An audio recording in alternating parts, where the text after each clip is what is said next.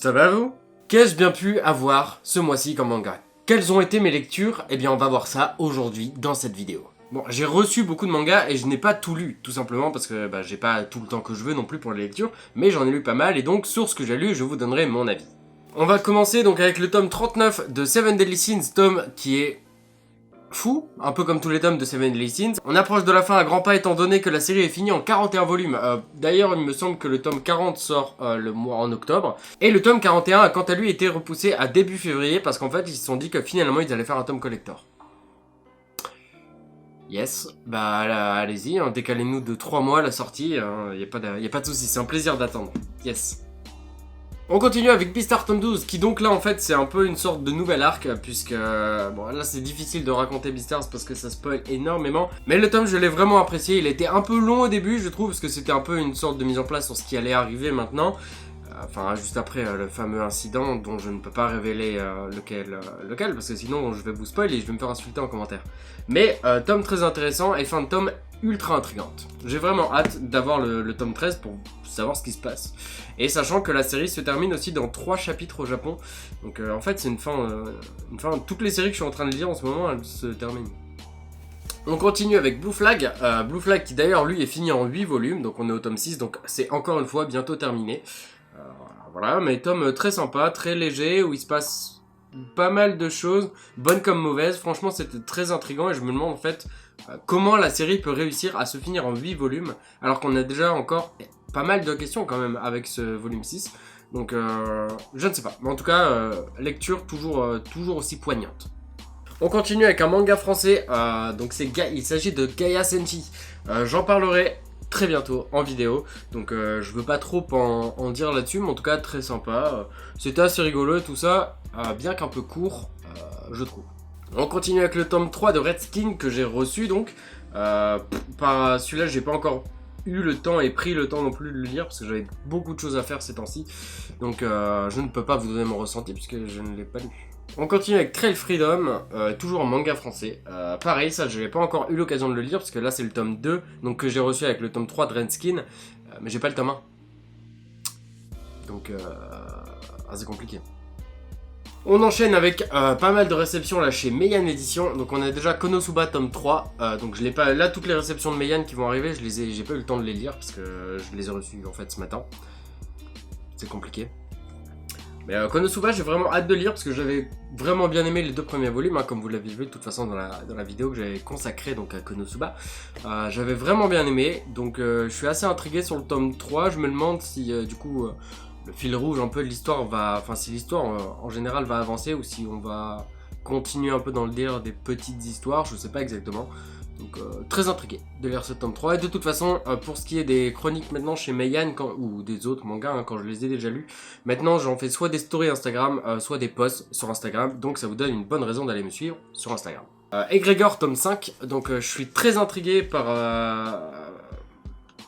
le tome 5 parce que l'histoire devient vraiment de plus en plus sombre et il se passe vraiment beaucoup de choses autour des faucheurs.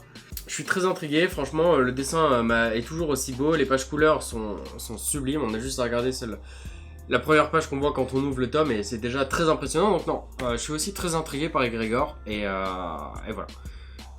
Beaucoup de questions sur ce tome. The Unwanted Undead Adventurer, alors je ne l'ai pas lu non plus, mais j'en ai eu d'excellents retours.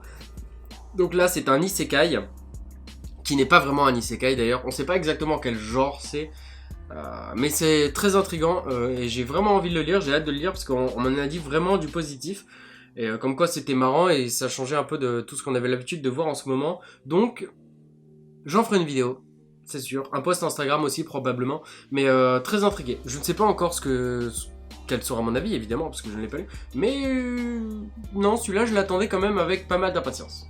On enchaîne avec le tome 5 d'Angolmois, je sais pas comment on le prononce exactement, mais pareil, j'ai hâte de lire, surtout que la série est finie en 10 tomes, donc là on est à la moitié, et non franchement c'est une série que j'avais vraiment bien aimée, que j'avais adoré découvrir. Manga donc sur l'invasion des Mongols sur l'île de Tsushima, et donc je suis assez curieux, il y a un jeu vidéo d'ailleurs, Ghost of Tsushima ou je sais pas quoi qui est sorti, je suis pas très jeu vidéo donc je ne connais pas le titre exact, mais en tout cas j'ai vraiment aimé apprendre beaucoup de choses avec ce manga, et donc je suis de plus en plus à chaque fois intrigué de savoir un peu les petits éléments clés qui sont réellement passés sur cette invasion, et donc j'aime vraiment ce manga. Et on enchaîne donc avec 4 tomes de Kingdom. Comme vous le savez, que vous le voyez en ce moment sur Instagram, si vous me suivez donc sur Instagram, j'aime vraiment énormément. Kingdom, c'est totalement fou. Donc là, j'attendais ces tomes pour pouvoir continuer, parce que je suis au 42 et donc je ne pouvais continuer, parce que je ne les avais pas. Mais franchement, Kingdom, c'est l'un des mangas les plus fous, en tout cas, que j'ai pu lire. Il se passe tellement de choses vraiment dans Kingdom que je suis obligé à chaque fois d'en faire maintenant un post et j'en ai envie et besoin.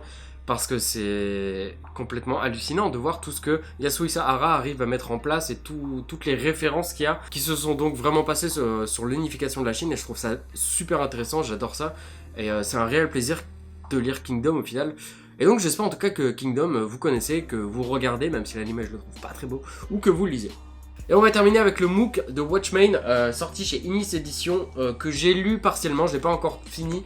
Mais j'aime beaucoup, j'aime bien le fait en fait d'aborder surtout ce principe d'anti-héros. Et donc ouais, je suis à chaque fois très intrigué par les trucs un peu anti-héros. Watchmen est un de mes films de super-héros, anti-héros préférés.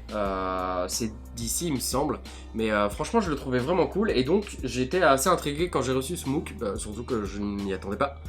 Et c'est à chaque fois une bonne surprise qui est découvrir sur un peu tous ces MOOC où on voit toutes les références qu'ils ont pu avoir pour les films ou alors pour l'influence qu'ont pu avoir les comics et tout ça. Je trouve ça toujours très intéressant. Et donc non, c'est un réel plaisir à chaque fois que de découvrir tous ces petits MOOC que nous ferons Inis Édition. En tout cas voilà. Mes petites réceptions, c'est plus des réceptions que des réels achats.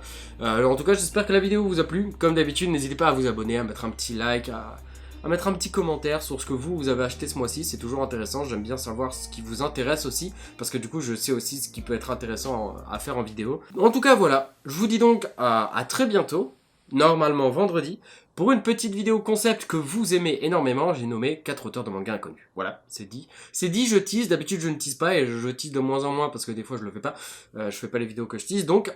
Là c'est dit, c'est fait, tous les auteurs je les ai, tout a été envoyé, je suis en train de travailler dessus, les 3/4 de la vidéo sont écrites, donc c'est une très belle avancée, et j'ai hâte de vous sortir cet épisode qui risque énormément de vous surprendre.